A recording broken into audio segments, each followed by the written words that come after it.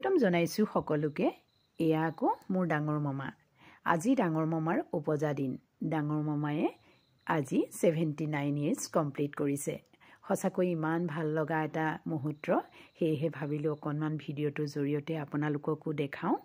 আমাৰ ডাঙৰ মামাৰ বাৰ্থডেটো কেনেকৈনো আমি উদযাপন কৰিছোঁ এয়া দেখিছেনে।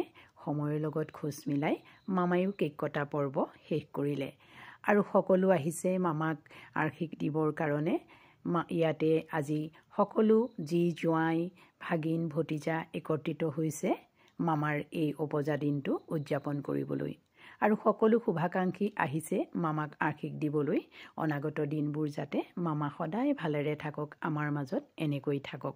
সঁচাকৈ আজি ইমান এটা সুন্দৰ অনুভৱ, সুন্দৰ এটা মুহূৰ্ত, সেয়েহে ভিডিঅ'টো সাঁচি ৰাখিলোঁ স্মৃতি হিচাপে। আৰু আজিলৈ ভিডিঅ'টো মই সামৰণি মাৰিছোঁ।